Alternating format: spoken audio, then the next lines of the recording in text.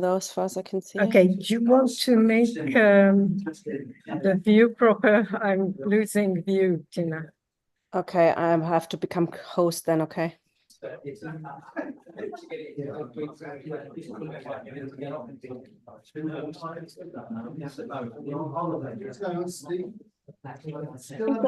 view is okay, Yasmin. You're both on it, both cameras. I think maybe you don't see yourself. On the screen, we just see your name, Tina. Oh. Hold on. Hide on video participants. How's this? I've hidden you, so hopefully. That should do it. Yeah, I think it's totally. How's it look now? Okay, that's fine. There we go. Good. Okay, comrades. Welcome to the final session of today. If we could cease our conversations, please, that'd be great. The final session today is with Moshé Machover, who's live through Zoom. Hello, Moshé. And with Yasmin Mather. They're going to be talking about developments in Israel and beyond, and what we can do about them, how to stop them from our perspective here in London. Yasmin is going to speak first with some news as well, I think. So over to you, Yasmin. Okay, so I'm going to speak quite a bit about the Arab countries and what I see going on the day where the United States has told its citizens to leave Lebanon, and on the day when French citizens have also been told to Lebanon. Now, this comes as a surprise to me because I thought after the Haniyeh assassination, what we will have would be, leave it, please just don't touch it. What we would see would be an attack or a retaliation by Iran or by Hezbollah to attack Israel. But clearly, Netanyahu maybe was hoping that Iran would retaliate quickly after Haniyeh. This hasn't happened. I don't know what their calculation is, but we are looking at the US warning of presumably an Israeli attack on Lebanon, which is extremely worrying. And I think in terms of peace, we can't really talk of peace. All we can talk about at this stage was until recently, and now I've lost even any notions of that could be possible. What we could talk about would have been a ceasefire. Because I don't think that as long as Israel remains as a Zionist entity, as an apartheid state, as long as the 1948 situation, the Palestinian cause is not resolved, we can't talk of peace. There is no way of talking of peace.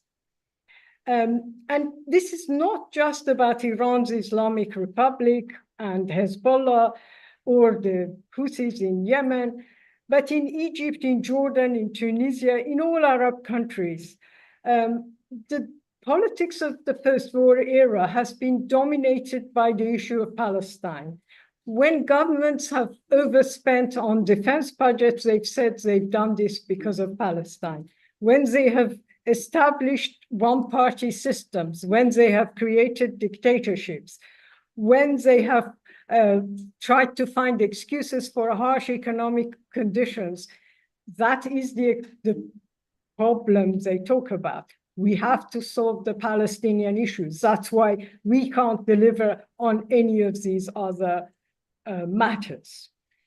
And therefore, this idea is at the end of this conflict or the ceasefire, if it ever happens, now its chances are quite remote, has to do with Hamas or the destruction of Hamas or the reshaping of Hamas is absolute nonsense.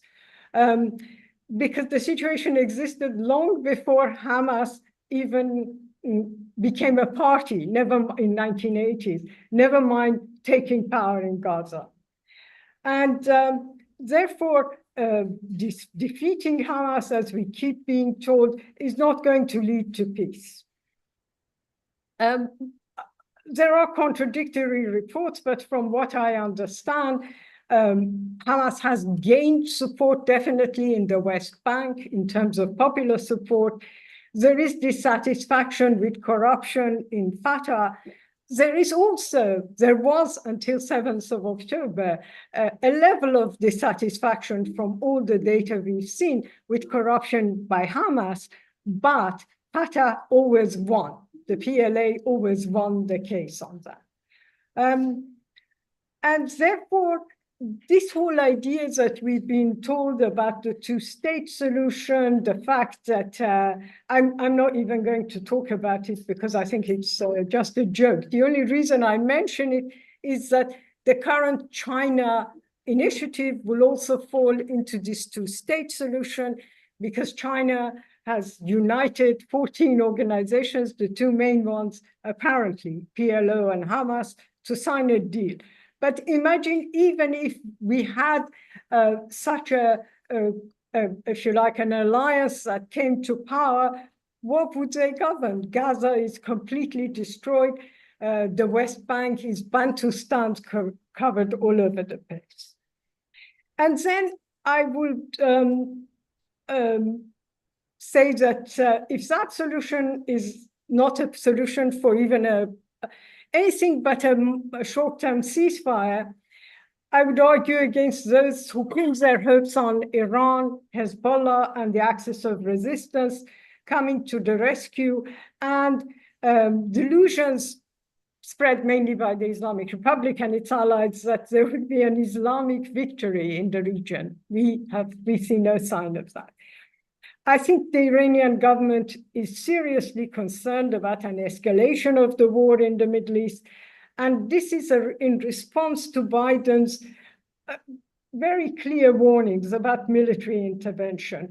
We don't know what exactly has been said to Iran, but we can assume that they include the bombing of nuclear securities and military bases. And in these secret negotiations, there is obviously the carrot of a potential nuclear deal, a possible nuclear deal that will obviously slightly improve the situation of the economic situation in Iran. But clearly, Iran has shown a very calibrated response by all standards. Many of us have always said that Iran's rhetoric about Palestine doesn't match the reality of what it does. Nothing could have proven this more than the last 11 months, 10 months that has gone through that time, through 7th of October.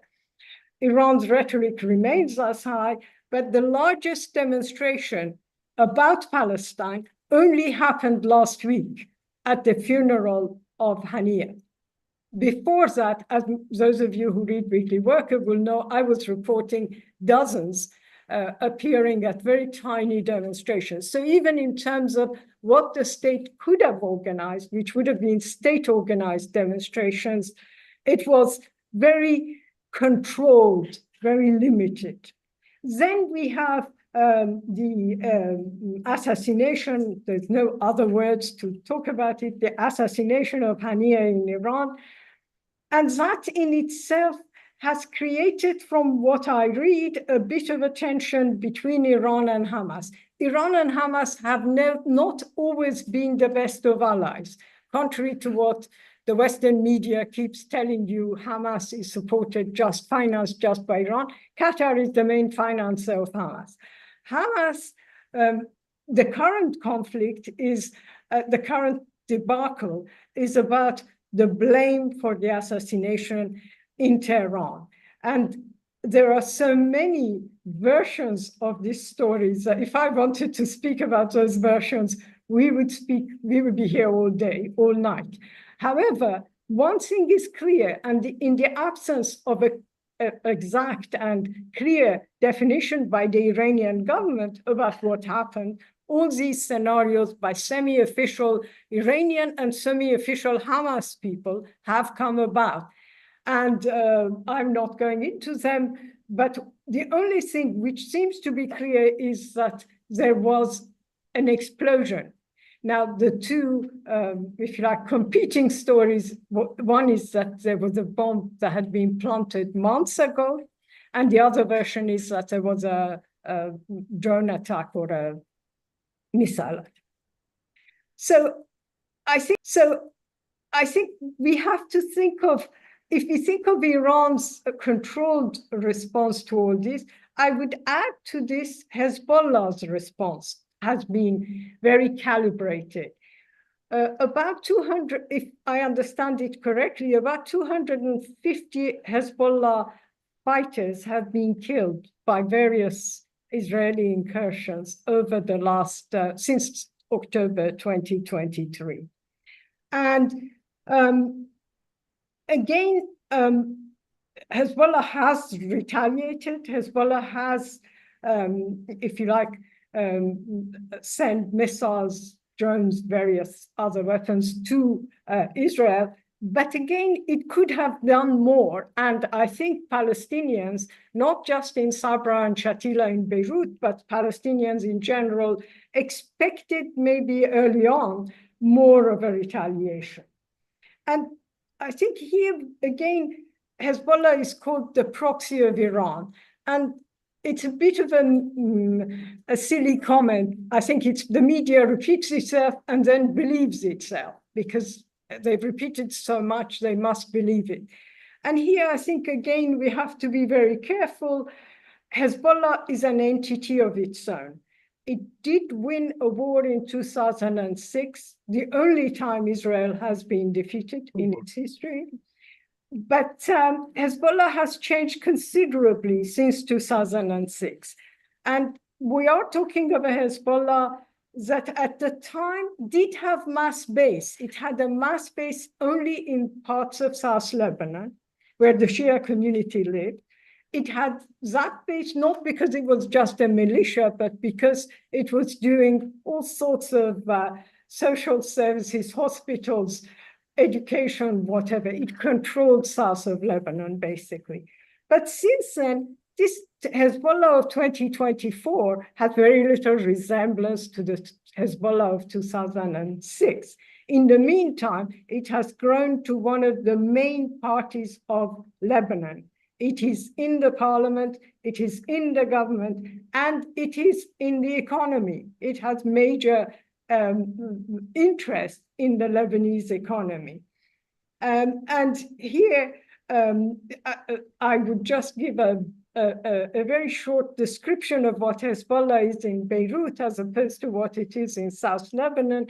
If you look at the election broadcasts or the election meetings that Hezbollah puts out, you will see that it has no resemblance to Iran's Islamic Republic or Shia South Lebanon. It is a very modern party. It has bourgeois supporters. You can tell that not just by the appearance of the women, but the amount of wealth that is shown in these gatherings. But having said all that, to reduce Hezbollah as a proxy of Iran or just a militia is nonsense. It has its own ambitions about Lebanon. It has its own ambitions about future government in part of the state, but it wants even more power. And very clearly, over the last few months, every time it has intervened in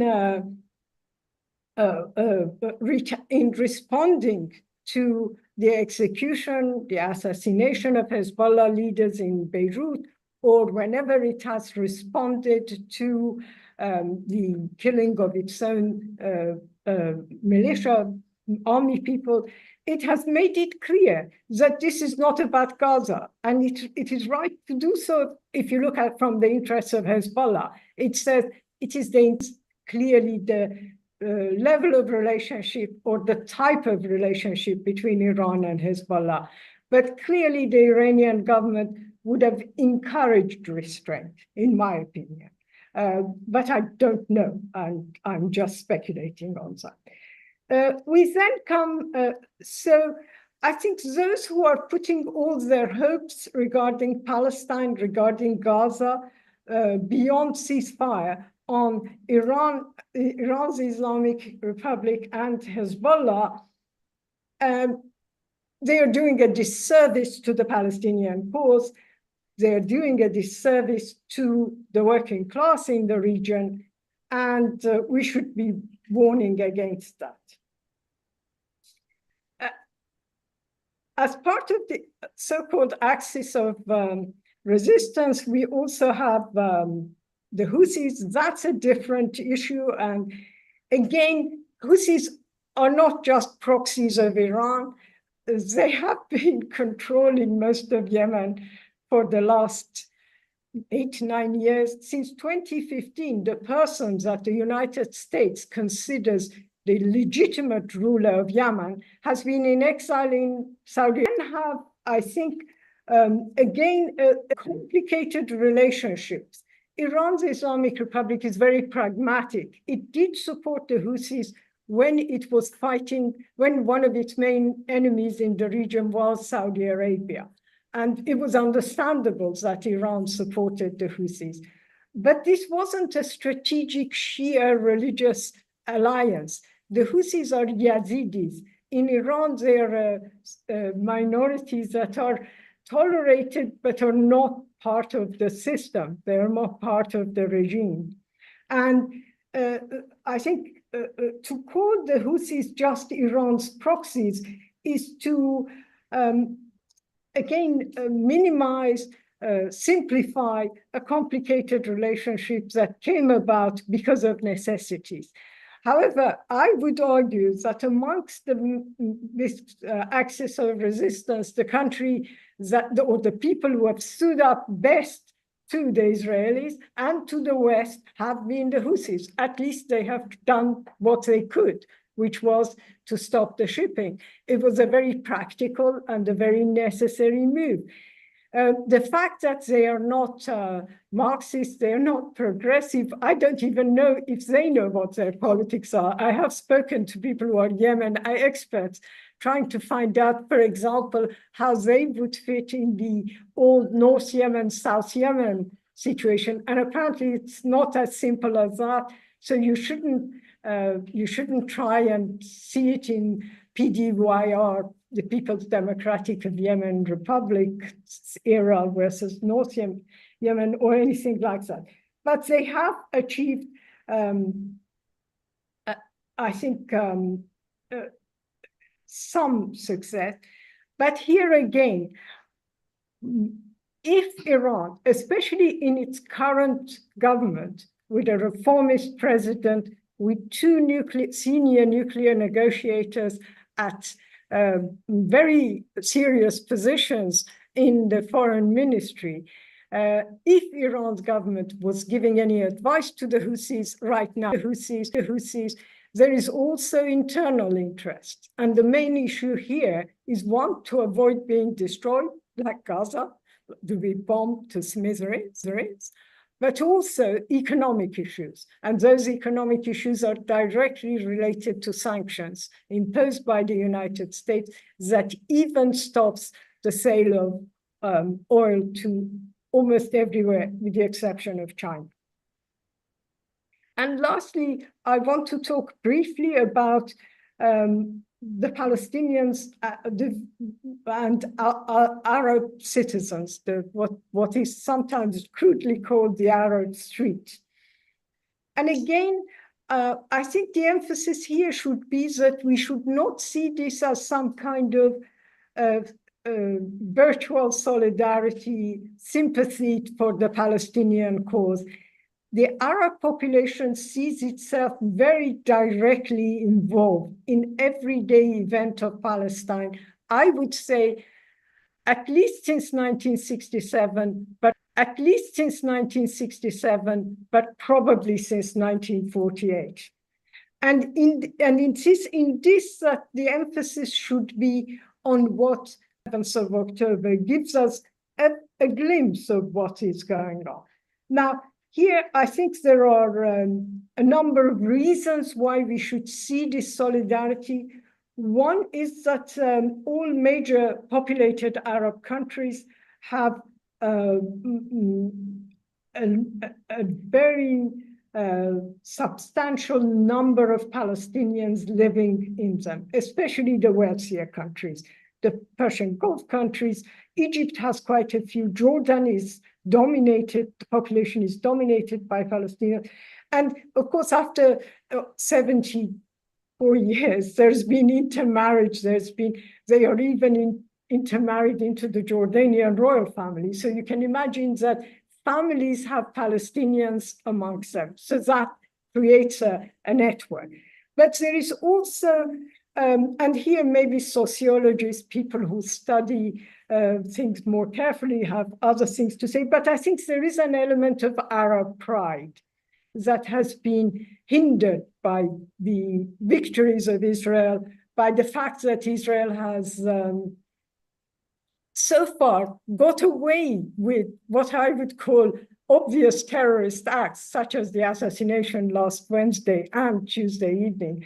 The fact that an occupation, an illegal occupation, has been tolerated, cherished, celebrated by the United States and its allies. And that has created a sense of victim amongst Arabs, and they see their hours about the US has gone down. Russia is steady. There doesn't seem to be any change in the view of Russia, and in fact, it hasn't gained anything. China has improved its position, although, as I mentioned earlier, China's position isn't that positive either. So we have to take all of this with some skepticism, but the fact that dissatisfaction with the foreign dominant hegemon power, the US, and opposition to their own local dictators is so strong amongst the Arab population does tell us that we are on if you like, on the verge of an explosion. This explosion might not necessarily be a progressive one, but we can see that that is an explosive situation. And you can see this of the military in Egypt or the king in Jordan. You do see that strong feeling of opposition amongst people. The other common factor in all of these is that from what I can see, and again, I have my doubts, but the axis of resistance hasn't gone up in the estimation of the people of these countries, with the exception of the Houthis.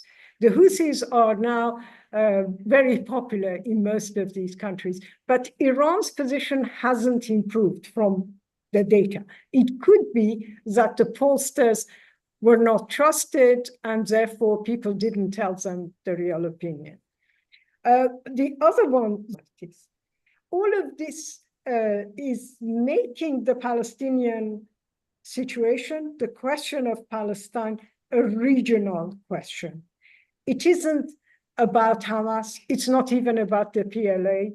It's not about religious. I mean, there are many doubts about religiosity of Hamas. I won't go into them, but that's not the issue. It isn't about coalition of all Palestinian forces coming to peace, signing something in Peking, and after that, everything will be rosy. None of these are realistic solutions. The solution must involve the people of Europe, of the region.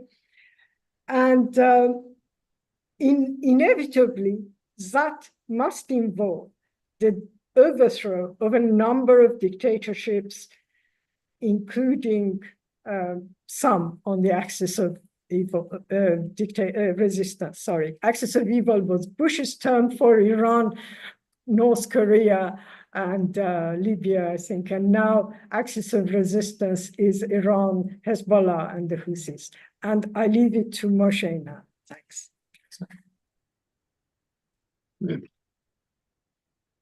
Thank you. Before I start the main two parts of my talk, if I have time, I want to echo what. Can you wait, please? We just Sorry. put you on the speakers. It'll be 2 seconds. Sorry to interrupt. Okay.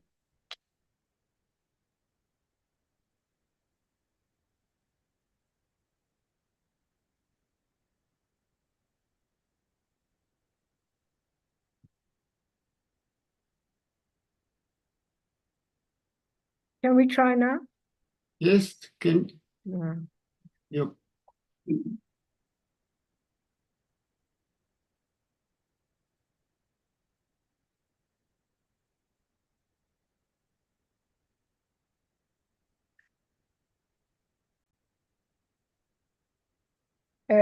Can you improve your microphone?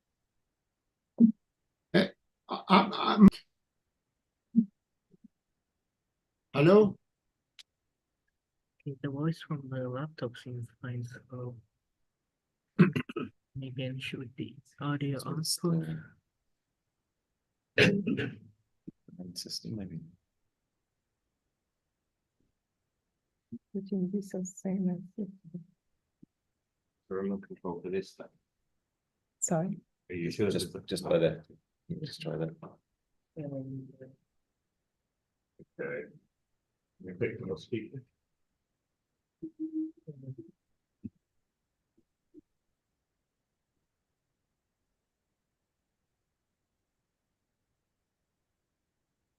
Moshe's voice is fine for the Zoom, but Yeah, not not here. for the room.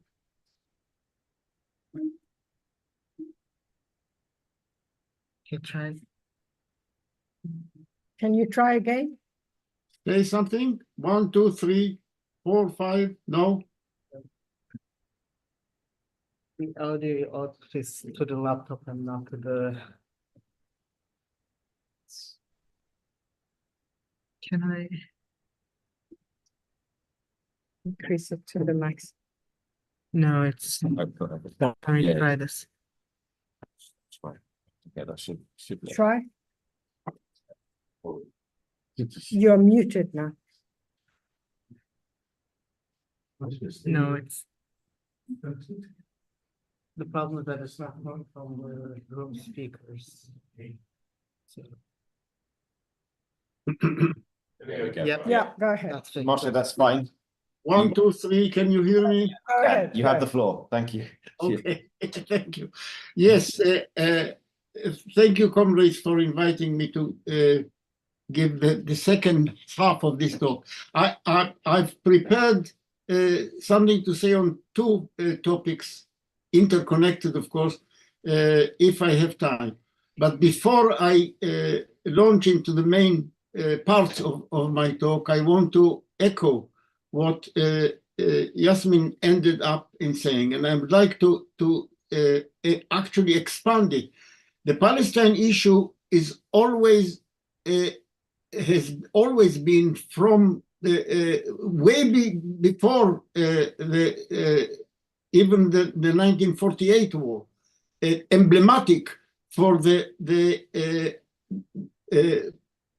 feeling of the Arab masses throughout the Arab world, especially in the Arab East, the Arab masses throughout the Arab world, especially in the Arab East, of being oppressed by their own regimes and by the imperialist hegemons that these regimes are subservient to.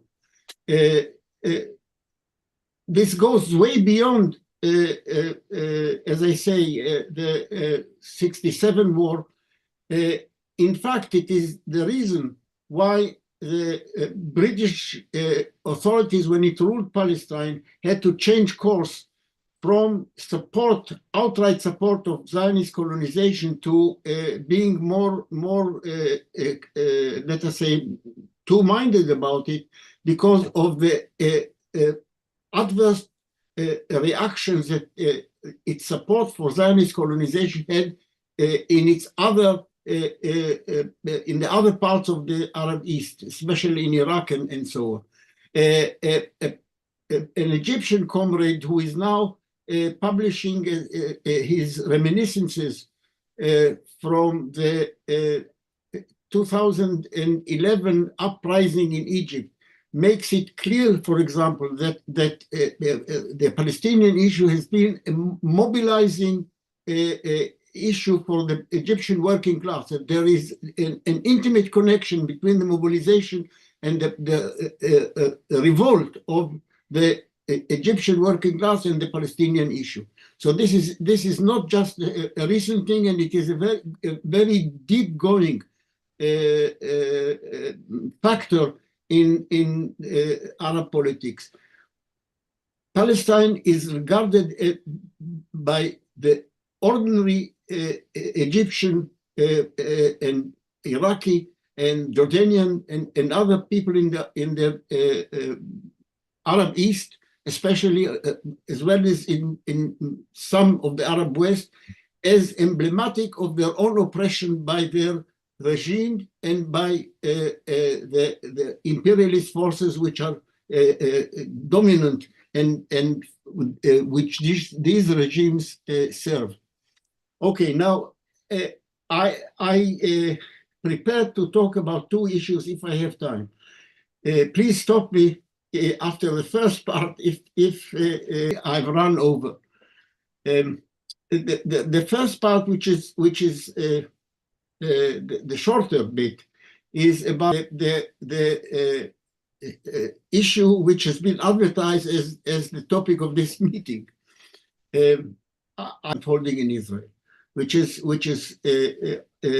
growing and intensifying from day to day. Both topics are very current in the sense that things keep changing as we speak. I mean, as some of what we are saying today may be sort of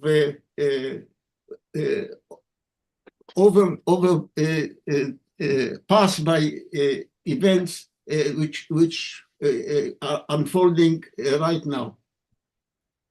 So what is first of all now I think agreed by most commentators, not only left on the left or on the radical end of the spectrum.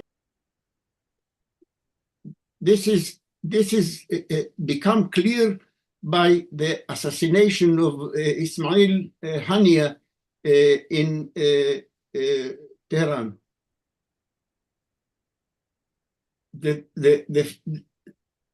fact was, and this has been commented on by various people, both inside Israel and in the West. Hania was not a military person. He was not involved in the military wing of Al-Qassam Brigade, which is the military armed section of Hamas. He was the political leader. Moreover, he was the main negotiator in the talks about ceasefire. Netanyahu has been accused, quite rightly, by the Israeli opposition of systematically torpedoing these talks. Now, what can be a bigger torpedo talks?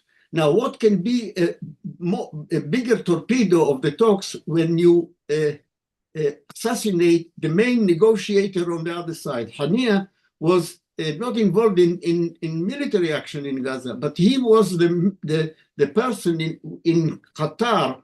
And for what reason?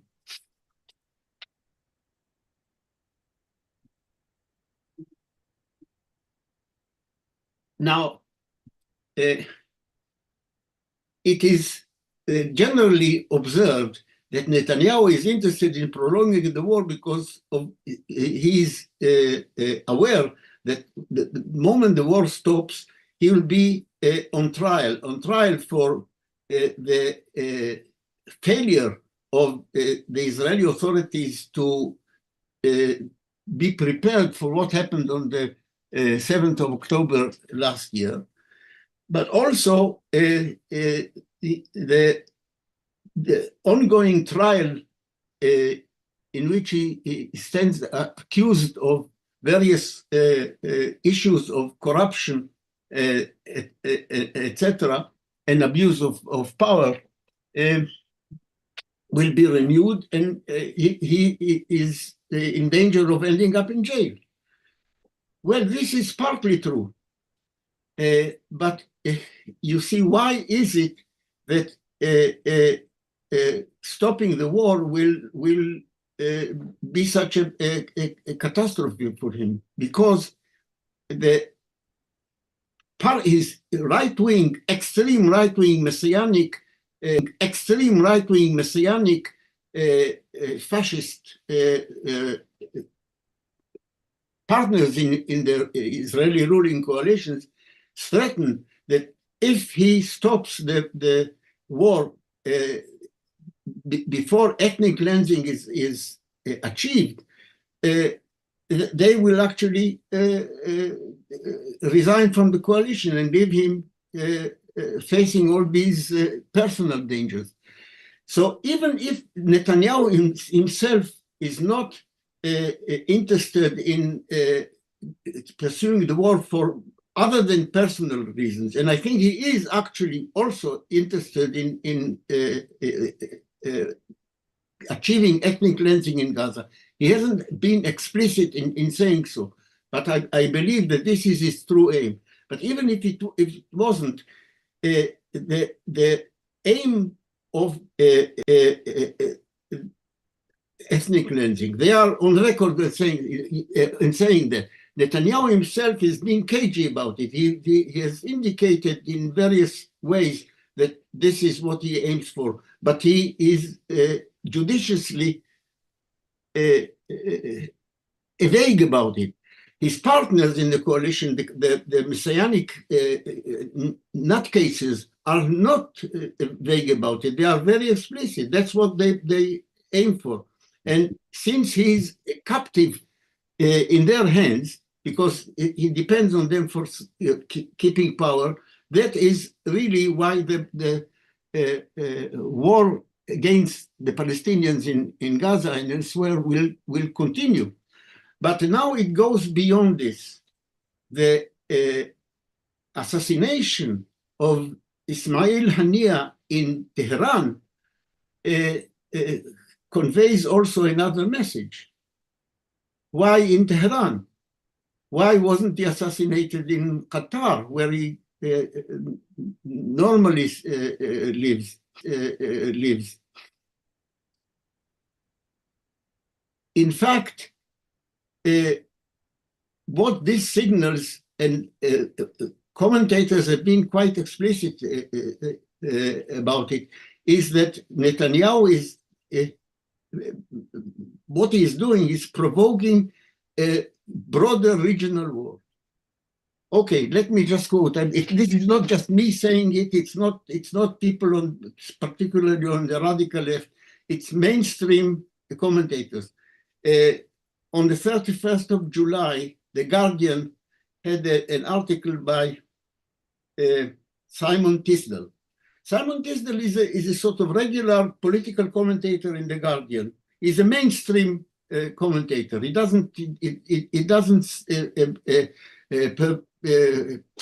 put forward a particular radical or critical point of view. He's mainstream. And the heading of his article, as I say, on the 31st of July, it was last Wednesday, Israel has all but declared war in the Middle East, a conflict it cannot hope to win.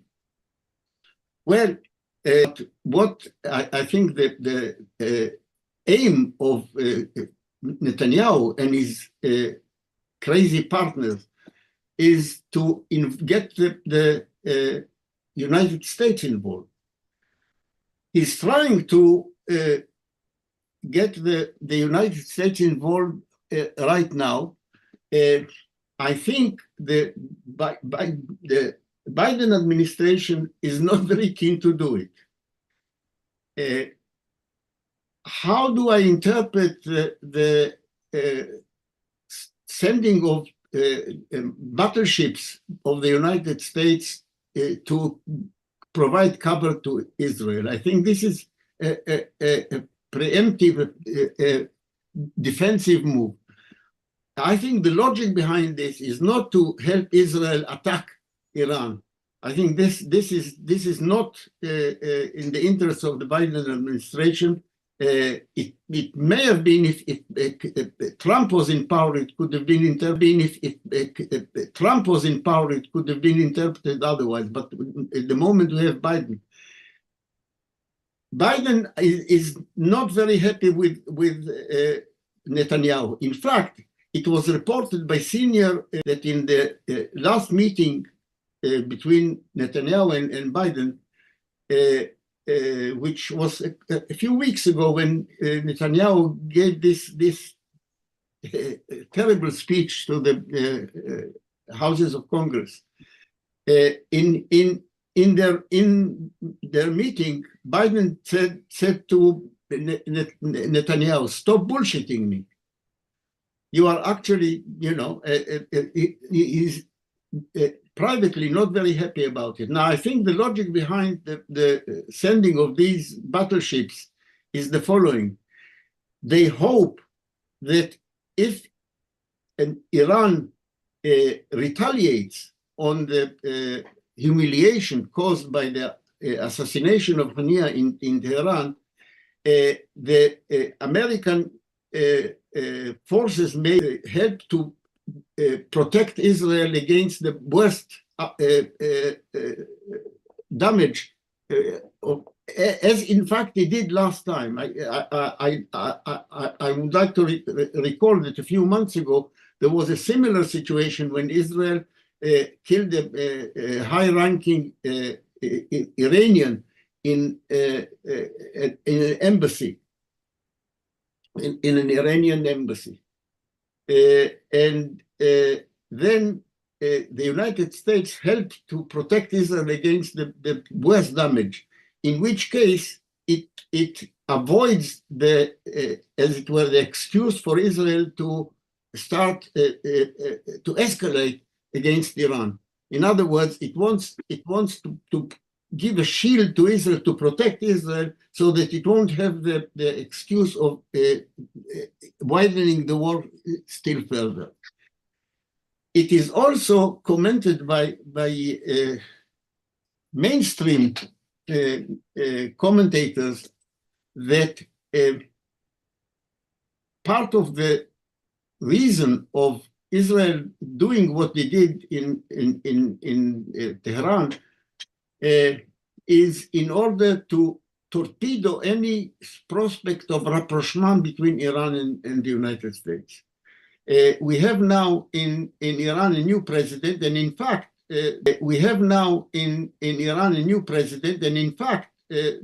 the assassination happened during the inauguration of this new president, Masoud Pezeshkian, who is supposed to be moderate in Iranian terms, at least.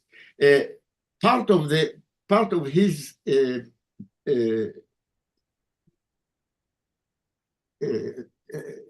agenda is to improve relations with the West. Israel is especially the Netanyahu administration is terrified of any rapprochement between the United States and its major rival in the Middle East. So that was also the assassination was a step in escalating the war with the Palestinians, but also had regional aims in mind.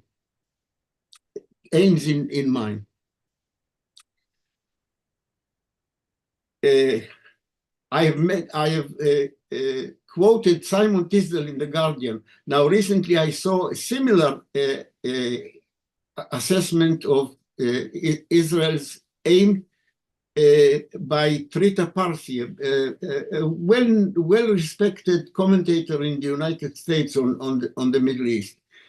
Similarly, what he says is that Israel is actually trying to provoke a regional war, hopefully, from the point of Netanyahu, dragging the United States into this as well, because Israel on its own will suffer huge damage if it goes alone against Iran. Not only Iran, but Hezbollah is well capable of inflicting serious damage on Israel, which would cause internal havoc. So who is interested in causing this regional war? I would like to mention that regional war. I would like to mention that I've been saying for quite a long time that at least Netanyahu and his political associates are interested in provoking a major war in the Middle East, because that would provide a cover for further ethnic cleansing not only in Gaza. I was ago in which I made this point that Netanyahu is basically interested in provoking a major war. Now, Netanyahu is at least cautious to the extent that he is too sane, as it were, to try to provoke a war which would not involve the United States alongside Israel, because he realizes that this will inflict untold damage to Israel itself.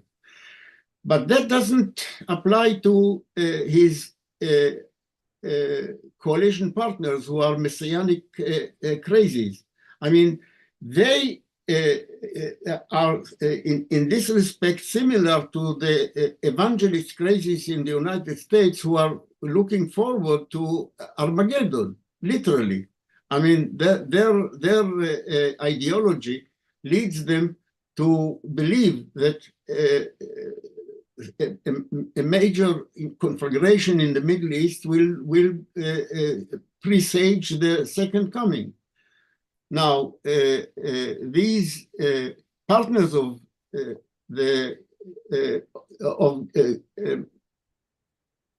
Netanyahu in the present coalition are not looking forward to a second coming, because they are Jews. They are looking forward to the first coming. You see, the Jewish religion is one coming behind the Christian religion.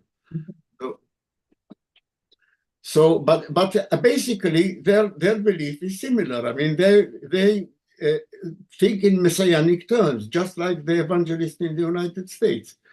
So for them, yes, I mean, it is foretold that the coming of the Messiah will be as it were, will be prepared by a huge conflagration of the Atlantic in the United States, in the United States and in Israel. These crazies are crazies with with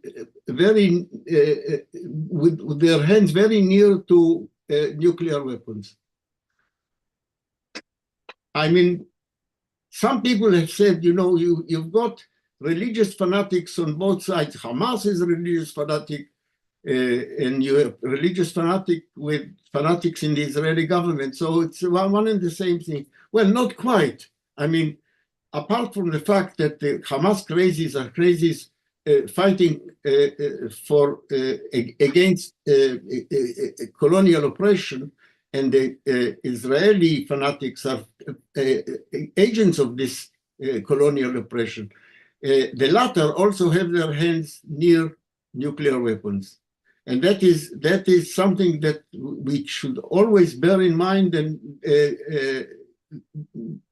I sometimes wake in the middle of the night in cold sweat thinking about it.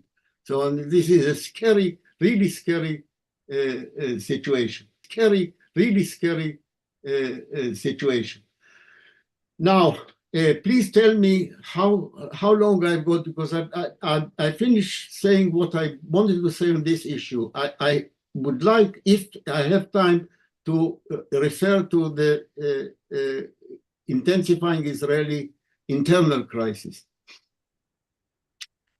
It is signal, and please stop me if I've run over, because I've got quite a lot of material about it. So I don't need to cover everything. If some material remains, we can discuss it during question time and so on.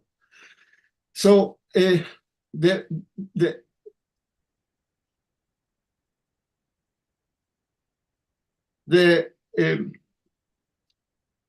most recent rumors, or rumors, I think is the right word, published in the Israeli press. I mean, I'm talking about rumors not in social media, but in the established press, Haaretz and elsewhere. Netanyahu is at the moment preparing a purge of the Israeli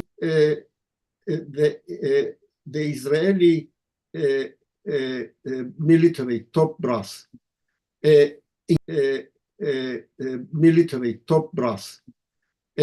including his own Minister of Defense, Yoav Gallant, who is one of the two relatively sane people in the present Israeli cabinet. Yoav Gallant has been sacked by Netanyahu on a previous occasion, not long ago. You may have forgotten about it, because it came and went. He sacked Gallant, but this gave rise to huge demonstrations against this move, and Netanyahu reconsidered and reinstated Yoav Gallant as his own Minister of Defense. Now, apart from Gallant, there is also rumors that Netanyahu is considering sacking the Israeli Chief of Staff, Herzl Levy, the head of the Shin Bet, and other senior military personnel. This is part of an unfolding deep crisis within the Israeli elite, between the remnant of the relatively sane elite and the more reckless Netanyahu and beyond. Another sign of this unfolding crisis is what happened a few days ago, apropos the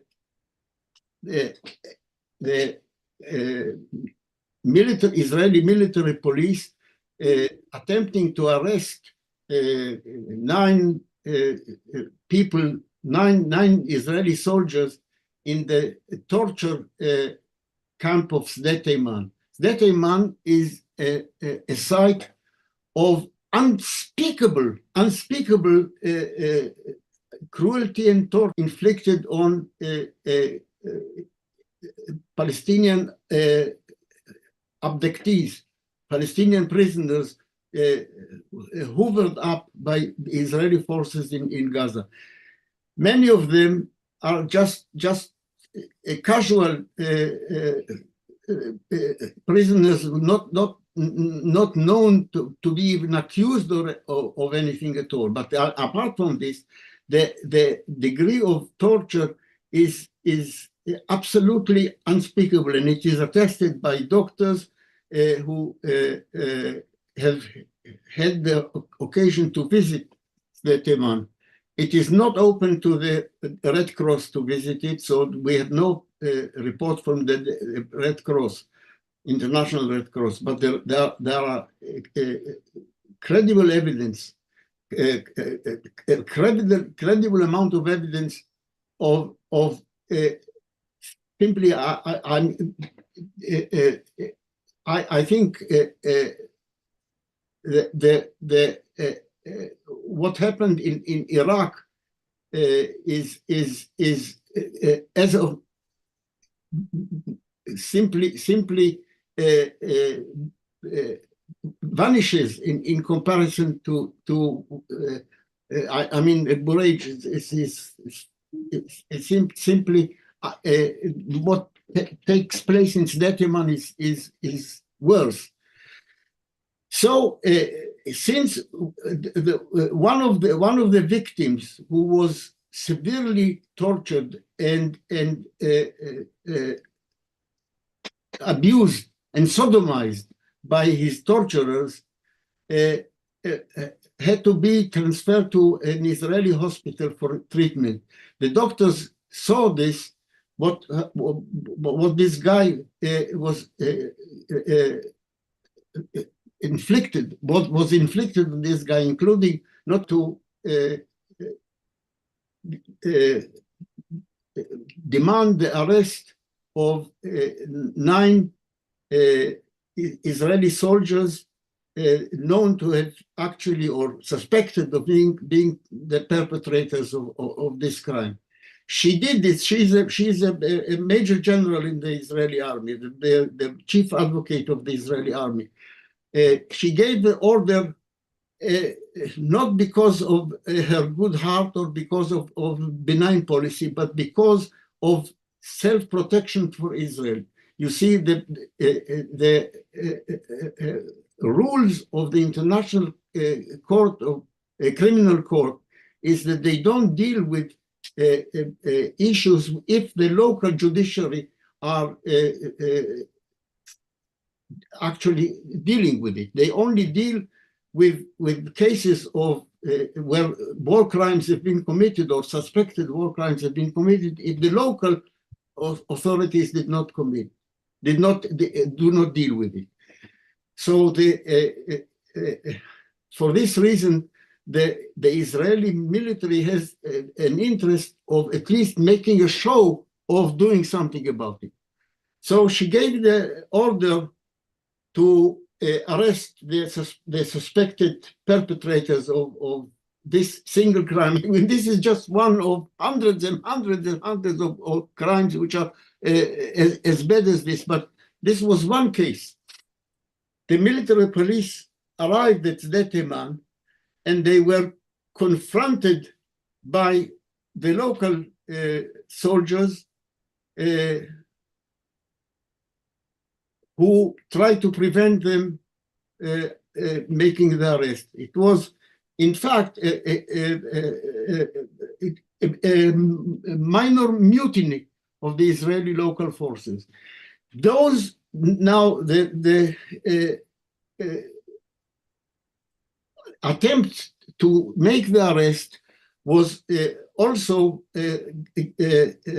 triggered a demonstration of an Israeli mob assembled at the gates of this Sdeteman, trying to break in and prevent the military police for making the arrest.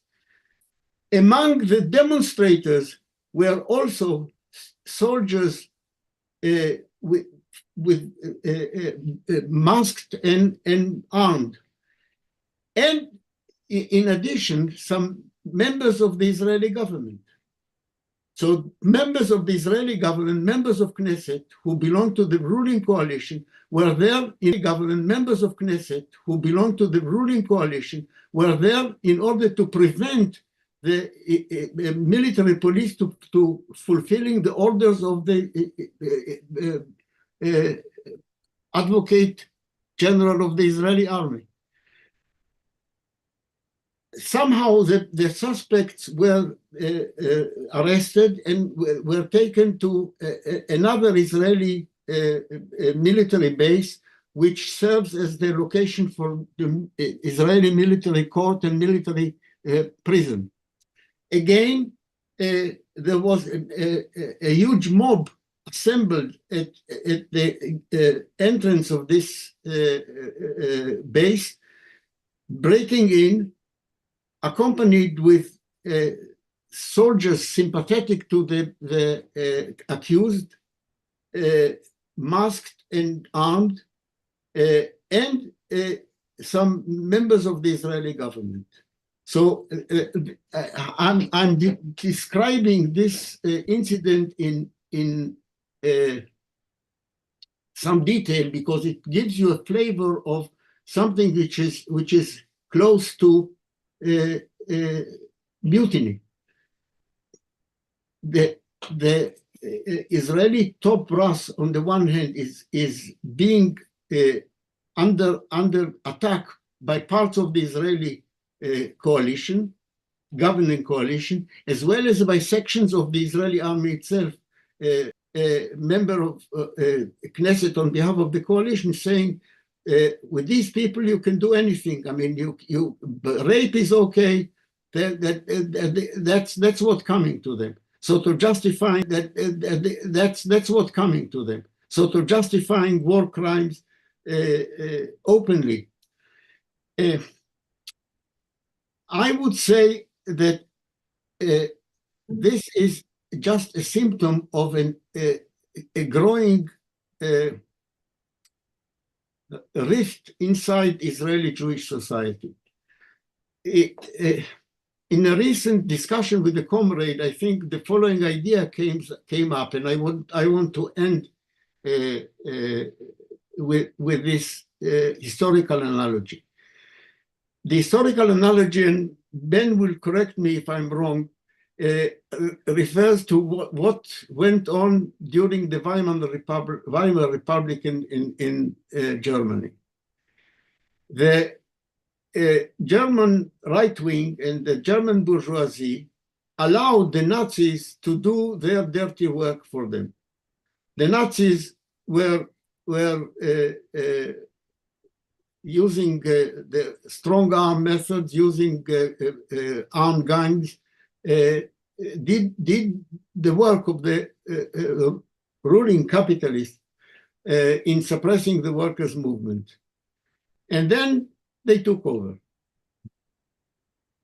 Now, I think there is a sort of rough analogy. It's not exact, of course, except that we have these religious fanatics, extreme right-wingers, who are actually using fascist methods. I don't use the term fascist too glibly. I mean, Marxists don't throw these terms around too easily. But I think in this case that there is the phenomenon of these a gang of the right wing under its head of the Israeli internal security, Itamar Ben-Gvir, who is one of the most extreme fanatics and previously convicted terrorist. I mean, remember that Hitler himself was convicted before he came to power. He was convicted and tried. So this Itamar Ben-Gvir has a similar kind of background.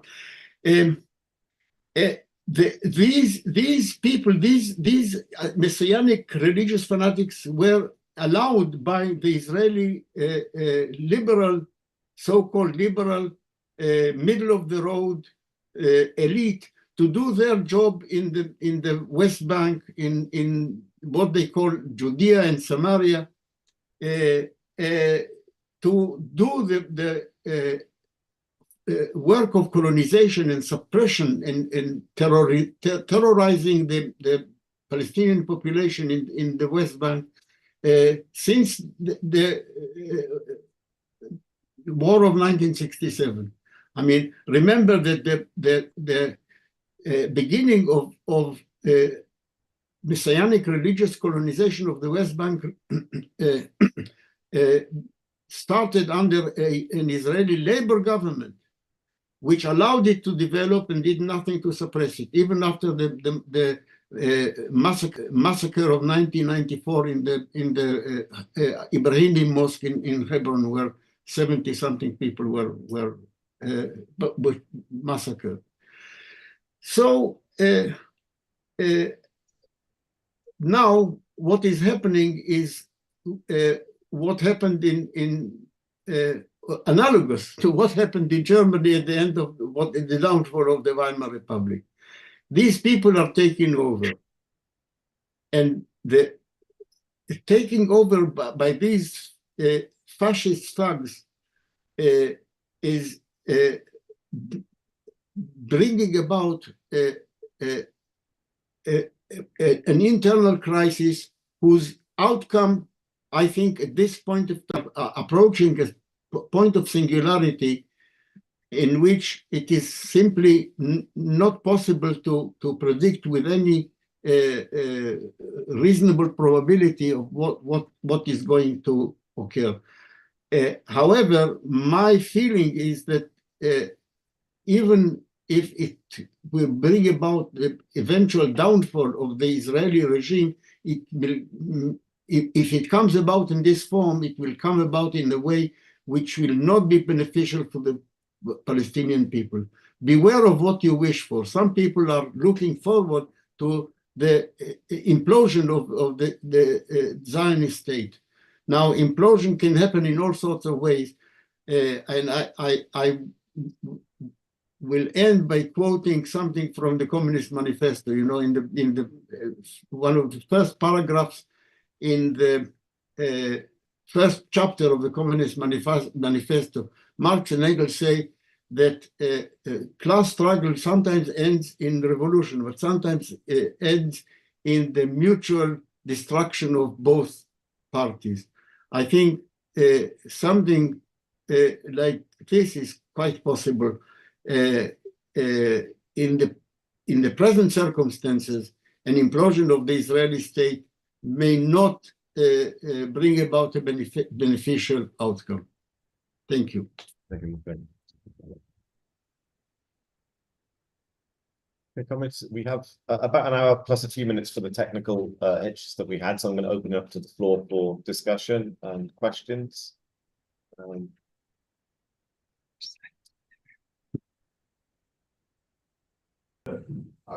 the title of the talk was how to stop the genocide, and I think that the political outline that you've given, both in terms of the border region and also what's happening within Israel and Palestine, gives a context. But I'm interested in, I'm active in Australia, and I think that the Palestinian solidarity movement there has similarities to what's happening in Britain, but I think in Britain, it's been a bit more united than in Australia, and I think in the United States, the Palestinian solidarity movement has been fairly fragmented, as well.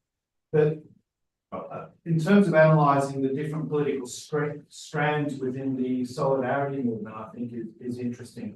I think you have what I would call second and third generation diaspora Palestinian politics, which is very dominated by what I would call identity politics, which is very ultimist. If you don't agree with us, we will use our Palestinian identity to condemn you as having an illegitimate position. I think that's dominant. And you've got jostling, and I think you've seen that with some of the independent candidates here in the British context, but you've seen that, I think, in the United States and in Australia, in terms of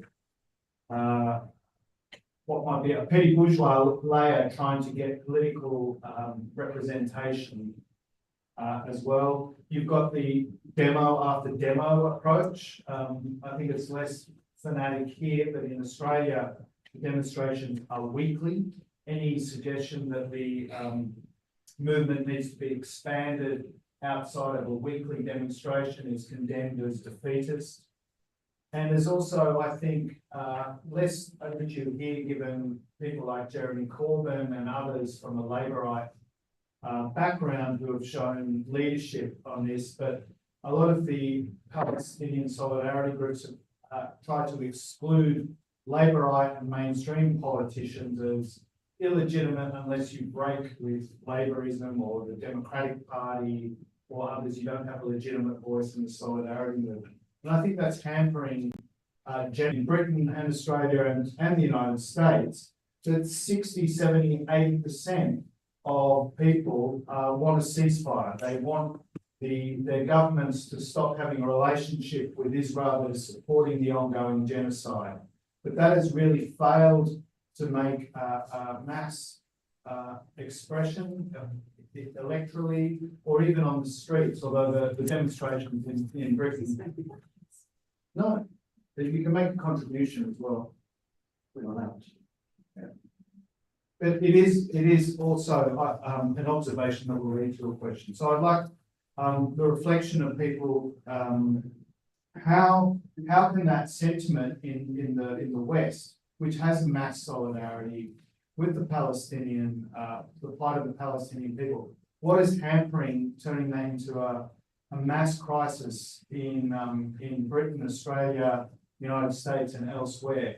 And how can we try and push to make that mass sentiment become actual?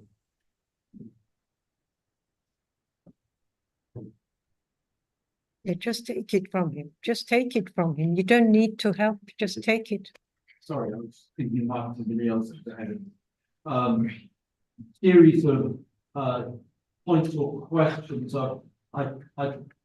I strongly agree with the point which Yassamine ended on and Moshé began on, which is to say, if we look at when Britain turned away from direct support of the Zionist movement to the middle 1930s, middle to late 1930s, it did so because the costs of the British imperial project of its overt direct support of the Zionist movement outweighed the benefits. And the benefits were, at the end of the day, about British, it was the loyal Jewish Ulster, which was going to be because of its the hostility of the surrounding Arab countries was part of the benefits of giving a military security, as it were, something, an irritant which would secure British control over the broad Middle East. And the French, of course, were doing the same thing with the Maronite Christians in Lebanon. Okay, so the question is then relates back to Marcus's what can be done which causes the costs to US imperialism and its vassal states to outweigh the benefits. To some extent, the shift towards the benefits declining is half visible and began to be visible in the Israeli defeat in Lebanon in 2006, in the American failure, in effect, in Iraq and Afghanistan, simply because soft-skinned vehicles were too vulnerable to improvise explosive devices, and the consequence, the logistical costs of running an occupation was possible to. And now we see the same thing in Ukraine. The model of war, which was created in 1918 to break the Western Front and was applied throughout 1945, is coming to an end. The implication of that is the strategic significance of oil is going to decline. So that the possibility of tipping imperialist policy on the Middle East continues to be is there, but it depends on the question that Marcus raised: how can we convert the sort of group we've got now into sort of something different? A couple of Moshé, to both, what difference do you think in relation to developments in the Middle East is made by developments in the United States election and the fact that it's no longer obvious that there will be a Trump victory? I don't know the answer. That's just a question. Second, to Moshé, in relation to this attempted arrest and the riots against the attempted arrest, Israel is not a signatory to the Rome Treaty of the International Criminal Court. So the only reason why the ICC has potential jurisdiction to issue warrants, the request for a warrant, is because this is not actually under the Rome Statute, but under the International Genocide Convention, which Israel is a signatory. But in relation to the ordinary war crimes, which have been committed by this torture camp, Israel doesn't accept, and neither does the United States, accept the jurisdiction of the Rome International Criminal Court. So I take it that the reason why we've been doing this is actually about the defense of Israel's public standing, rather than senior Israeli officers seriously thinking about being the Rome International Criminal Court intervening against them. Finally, on the Weimar analogy, there's a fundamental difference in the Weimar, which is that Germany could potentially, if it broke free of the chains of Versailles, be a competitor for world power as a replacement, potential replacement of the British Empire, in the same way that the United States was a potential replacement of the British Empire. The Israeli state can destroy the Middle East by using nuclear weapons. But the chance of the idea that the Israeli state could launch a global war on the scale of 1939-45 would be delusive. And in that sense, I think going back to the United States, it's also the case actually that any sort of war short of the Israeli state remains dependent on the United States for the supply of shells, for the supply of bombs, the supply of parts for the aircraft, etc., etc., etc. So that I think the Weimar analogy from that point of view, one sense it makes sense that we're talking about the end of, quote, Israel as a democracy, unquote. But in another sense, it's problematic. We'd like to come back first. Yeah, I'll come back then. Moshé, would you want to start replying? Then I will reply after you.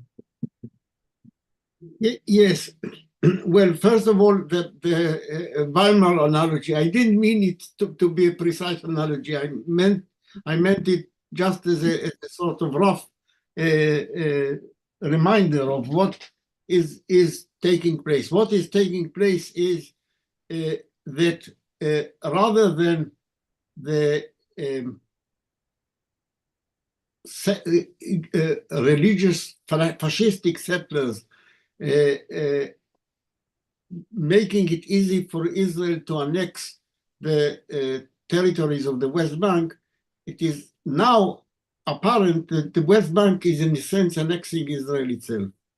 That is to say, and this has been commented on by several Israeli commentators in the press. What is taking place is not an annexation of Judea and Samaria, as they call it, by Israel, but annexation of Israel by Judea and Samaria, which means that the norms and practices that are prevailing there are going to be now applied in Israel itself. Okay. As for the comment, then what can increase the cost of to the United States of its support beyond in North Africa, this can make it less, as it were, cost effective for the United States to continue its sort of absolute support for Israel.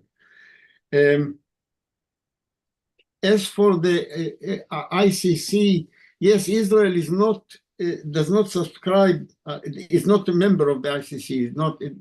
Is not signed the treaty, but the Palestinian state has, and therefore crimes against committed against Palestinian people in the occupied territories are arguably subject to ICC intervention. I think at least in Israel it is felt that some at least superficial steps by the Israeli judiciary and especially the military authorities to act against some of the atrocities will be in protection of as a protection of Israel against being pursued in the ICC. That's about it. That's all I have to say. Thank you, Moshé. Thank you. I have a couple of comments. I think the problem with the Palestinian solidarity really differs from one country to another. It's very difficult. But I think one of the tasks we should pursue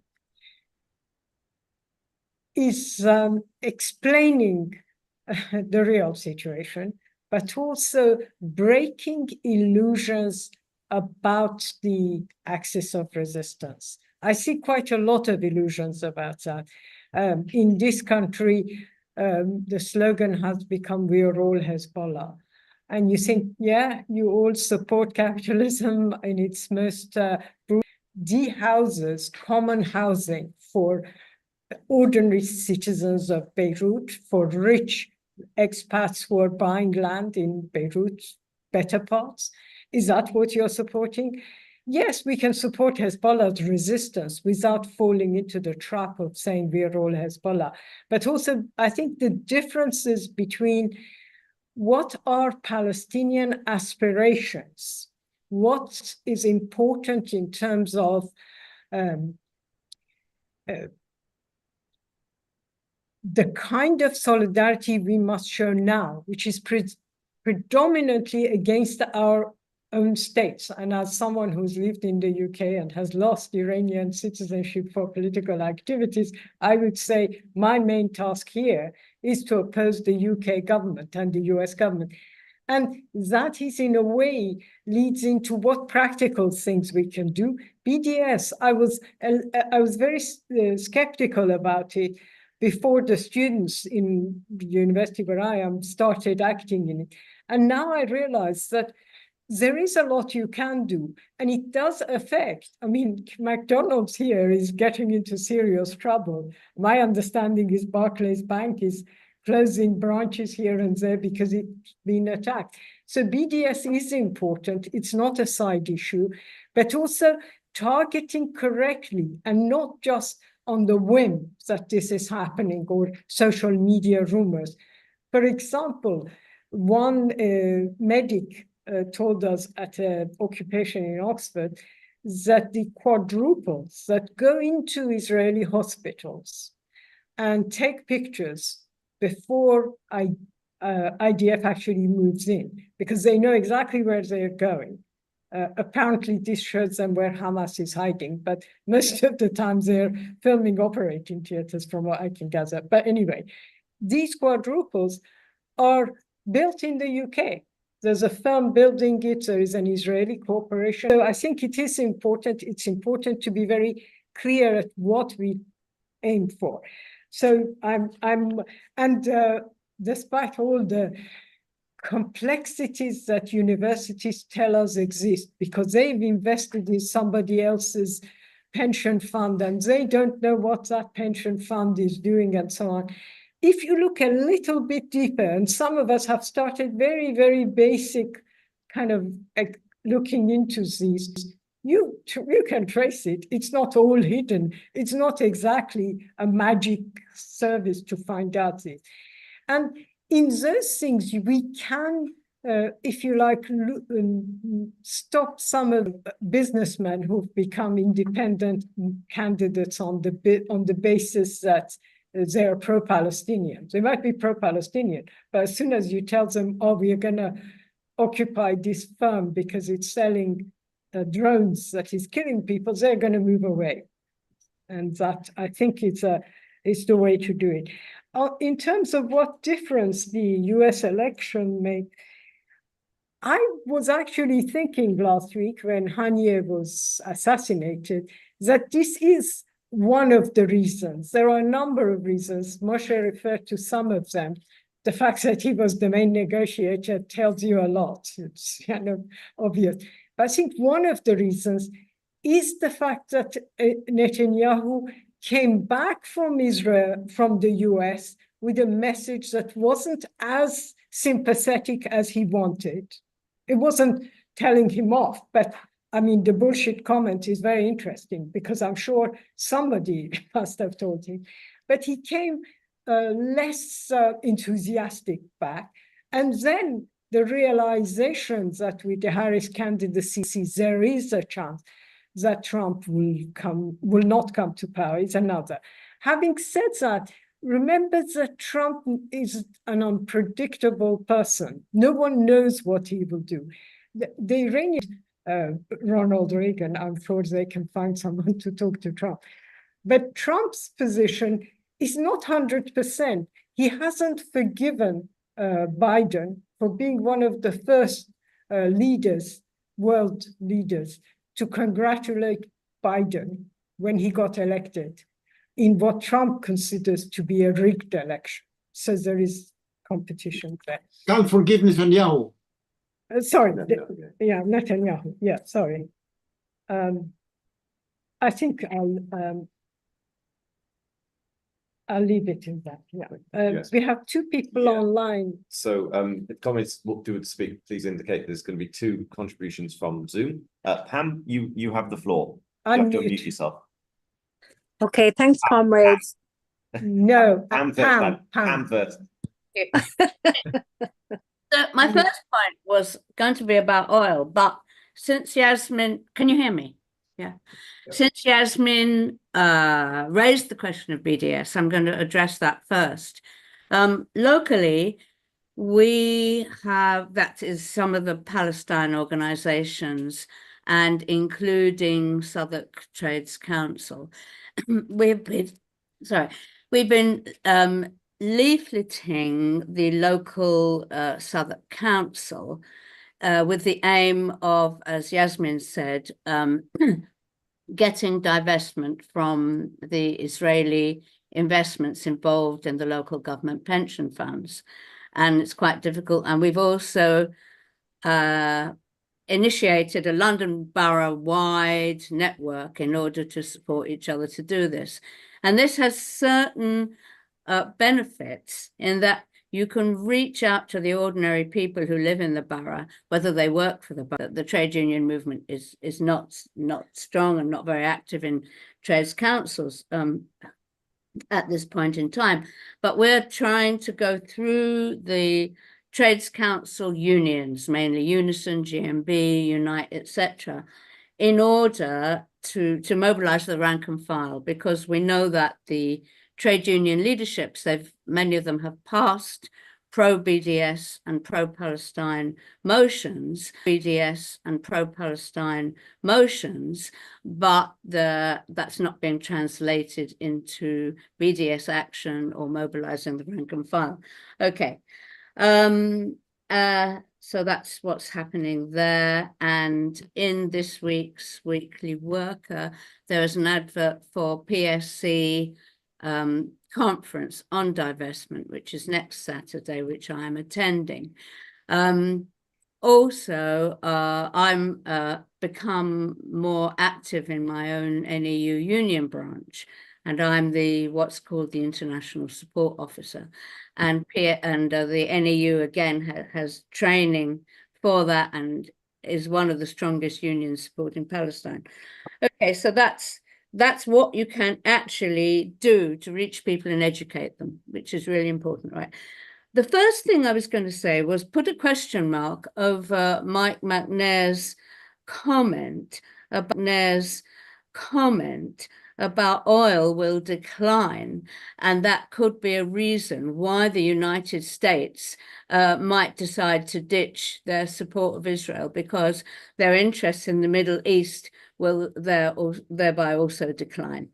the latest statistics which I've read are from the COP, the Conference of the Parties, this annual shindig, which is completely dominated by the oil firms, is that there has been no reduction whatsoever in fossil fuel production at all. What has changed is that there is some more solar, wind power, natural production of energy. But that is still small, and not only that, there are whole areas of fuels as opposed to natural forms of energy. So I'm putting a question mark over that a comment by Mike that the US might have less strategic interest in maintaining the Middle East. And it's not just oil, is it? I mean, it's a whole area of importance. That's it. Thanks. Thank you, Pam. Anne? Could you mute yourself? Yeah. Okay. Pam. Okay, thanks. Sorry, I thought I heard Anne. So very briefly, it's in relation to, partly in relation to Marcus's point, what can we do? Like in Ireland, we have a very strong, multi-layered campaign of solidarity, and it's not surprising that there's such a strong identity with the Palestinian cause. So I won't go into any details, but it is something that we are trying to approach from all angles.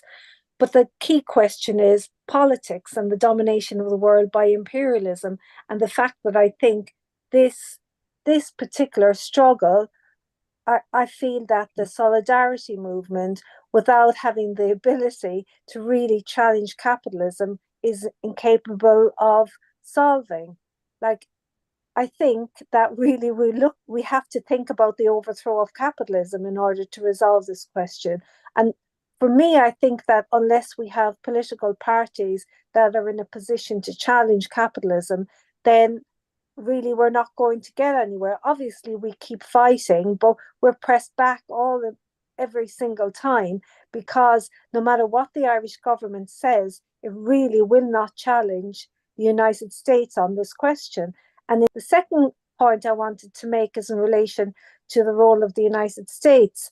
So when Netanyahu came back from his visit, and a few days later, this incident happened with the Druze, I mean, it did seem, very ominous how that happened. But then in any event, obviously things have moved on from there. And lots of people were saying in Ireland that the United States government must have known what was going to happen. But what seemed to me is that rather than him getting the green light from Harris or Biden, that he got the green light from Trump to just go ahead, take his chances and push forward. And I wonder, what you thought about the chance of the United States intervening to stop this and to stop arming Israel, because it just seems to me that Israel is out of control at the present time, and Trump is the kind that won't give a damn, that will let him go off and finish the job, as he has said, and that he's somebody who's so, he's not concerned. He's not concerned with what happens in the Middle East from the point of view of Israel. Ultimately, he will just want Netanyahu to finish the job. I don't think that he's going to be concerned about the outcome, about the fallout from that. So, I just wonder, do you think that Biden or Harris are in a position to act now, or is it the case that it's a lamed up president with the future president who isn't in a position to act yet, and that Trump is trying to get the upper hand already by maybe encouraging Netanyahu, or else that Netanyahu is taking that chance, but that will the United States do anything at this stage to prevent what Moshé describes will be an enormously a terrible situation. Thank you. Thank you, Anne. Steve? I thought I might say that October the 7th, we awoke or woke up more thoughts about Israel-Palestine in a way that I hadn't thought about it before. And it was never my intention really to think about a minimum program for Israel-Palestine, which would be kind of ridiculous from somebody sitting here in London. But the real problem, I think, was the two-state solution, and the fact that this was the policy of the British ruling class and the Labour Party and Jeremy Corbyn and whole swathes of the trade union movement. So I think we had to think, how would we, if that wasn't the right way forward, then we've done nothing as a socialist movement to try to disconnect the trade union movement from the two-state solution and thus its attachment to the Labour Party and the Labour government. And I think that's a big practical and ideological solution. So that was leading me in the direction of thinking about a one-state solution, However, I do want to say that I think the word solution carries a very heavy weight. The debates about a two-state solution or a one-state solution, I don't think such solutions actually exist. If you think of the February uprising in 1917, was it a solution? Well, obviously not. And you could say even the October uprising, was that a solution? Well, not, because in a certain sense, the solutions required bigger changes than could be in one country. You could call it a democratic victory, or you could talk about democratic defeats rather than solutions. Crisis in Israel that Moshé spoke about, which I think was built into the very foundations of the Zionist state in 1948 and extended, if you like, and clarified by the nation state law in 2018. And it's now this contradiction is heated up to boiling point, and if you like, civil war, it sounds like how Moshé described it. And Moshé is right, it doesn't mean there'll be a progressive democratic victory versus solution. It could end up in anarchy and chaos and something else. So Israel has therefore is in a point of, is it going towards becoming a fully fledged fascist state, or is there going to be a democratic solution in Israel? I don't know what that is, but it seems to me that's the choice that has to be taken, and we have to do something to assist those forces in Israel that want to go in a democratic direction. We have to relate to that, what mostly the crisis in Israel, which is ramping up the civil war. Because the jackal. Because the jackal.